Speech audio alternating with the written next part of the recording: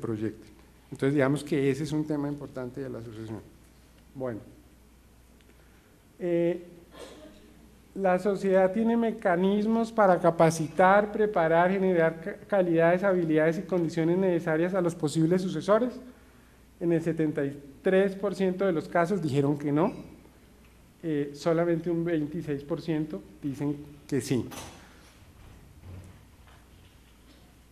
¿Ha sido evaluado los candidatos por profesionales independientes? En la mayoría de los casos nos dicen que no se ha dado ese proceso. Pregunta, ¿ha establecido el fundador el momento para su retiro? En el 91% de los casos dicen no está establecido el tema del retiro.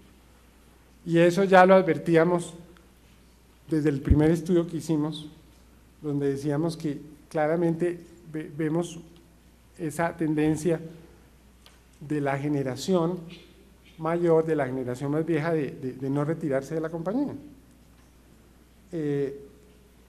Entonces, digamos que allí se ratifica ese primer análisis.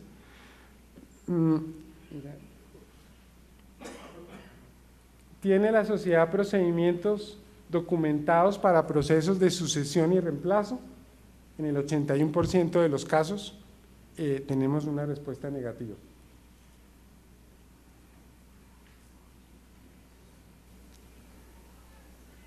¿Cuenta la sociedad con criterios objetivos para la elección de los ejecutivos clave? En el 50% de los casos nos dicen que no. Sin embargo, vemos que allí hay un avance y contrasta con los otros resultados. Frente al tema de la sucesión, siempre es importante hacer algunas precisiones. Con frecuencia observamos empresas donde consideran que tienen el tema sucesoral resuelto porque hicieron una distribución de las acciones. Y nosotros, por ejemplo, en la Super hemos tenido recientemente de conocer el caso de una empresa en donde una empresa de madera, trabaja en el sector de la madera, y se caracteriza también por ocupar un liderazgo en el tema de construcción de muebles, y resulta que el señor dijo, sí, eso del tema de la sucesión es muy importante, vamos a hacer la distribución de las acciones.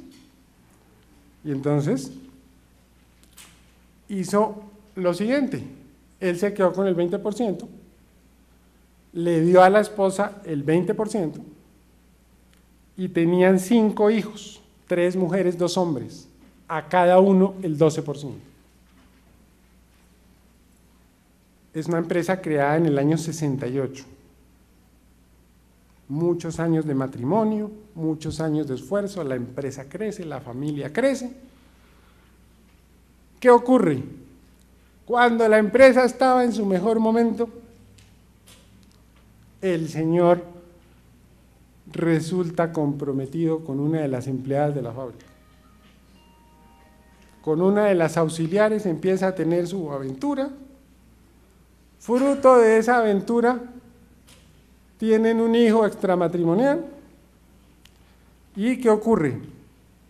A partir de ese momento, viene una profunda crisis familiar, que termina, por supuesto, con la separación.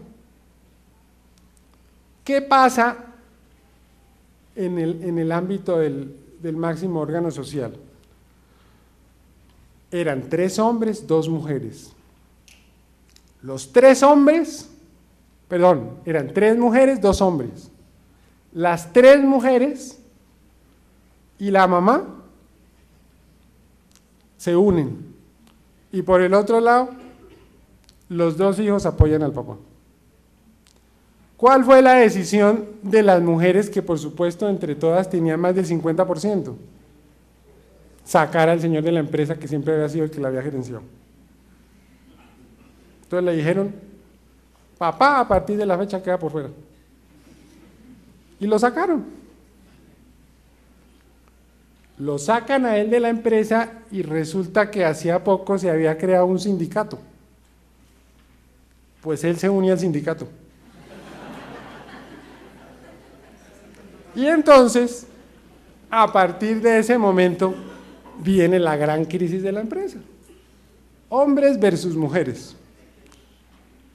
Hubo cantidad de alternativas que se les plantearon, estuvieron en conciliación, se hizo un gran esfuerzo para la conciliación. ¿Cuál fue la posición? Una negativa total a llegar al acuerdo. Cada grupo por su lado. ¿Qué predominó allí? El tema emocional, ¿sí? Que es uno de los aspectos fundamentales que hay que reconocer dentro de esto de las empresas de familia. Hoy en día, ¿qué pasa con esa sociedad que hasta hace poco la veíamos en televisión y la veíamos en los distintos medios de comunicación como una empresa líder y como una empresa vendiendo gran cantidad de productos? ¿Cuál es la situación de esa empresa hoy? En liquidación, ¿sí? Entonces, fíjense, el señor creía que ya tenía el tema de la sucesión resuelto, simplemente porque había llamado al abogado y habían hecho una distribución de unas acciones. Entonces eso es muy importante. Hace poco invitamos a la Superintendencia de Sociedades a don Gumersindo. Yo en varios escenarios he contado la historia de don Gumersindo Gómez, presidente de Colchones del Dorado, y a quien le hicieron lo mismo.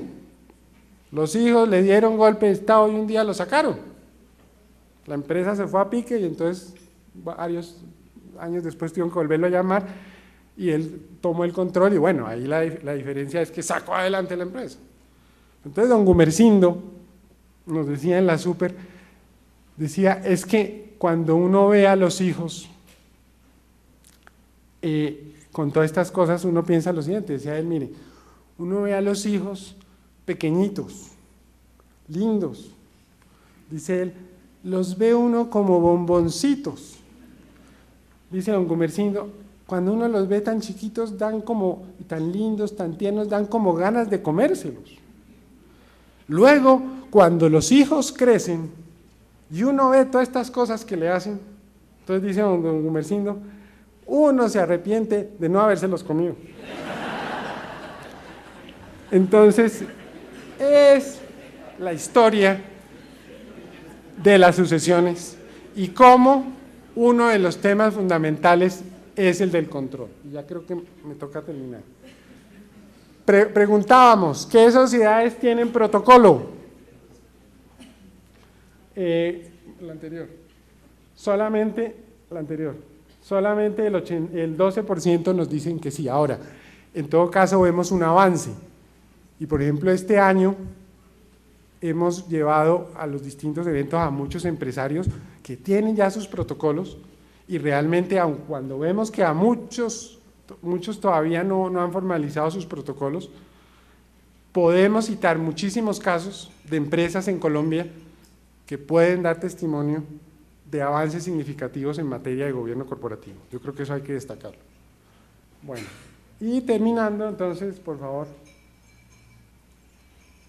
un tema interesante que es el tema de distribución de las sociedades de acuerdo al tipo societario. Seguimos teniendo en Colombia, doctor Danilo, en el año, ¿qué se me hizo Danilo? En el año 2001 decíamos también más o menos sociedades limitadas un 70%, ¿cierto? Pues ayer hemos verificado con Confecámaras y hemos constatado que seguimos con un 71% de sociedades limitadas. Ha aumentado el tema de empresas unipersonales significativamente y eso pues genera todas unas reflexiones importantes sobre el tipo societario. A los empresarios yo les suelo hacer esa pregunta. ¿El tipo societario que ustedes tienen para la conformación de su empresa es el adecuado? Y acá lamentablemente el tiempo no nos lo permite, pero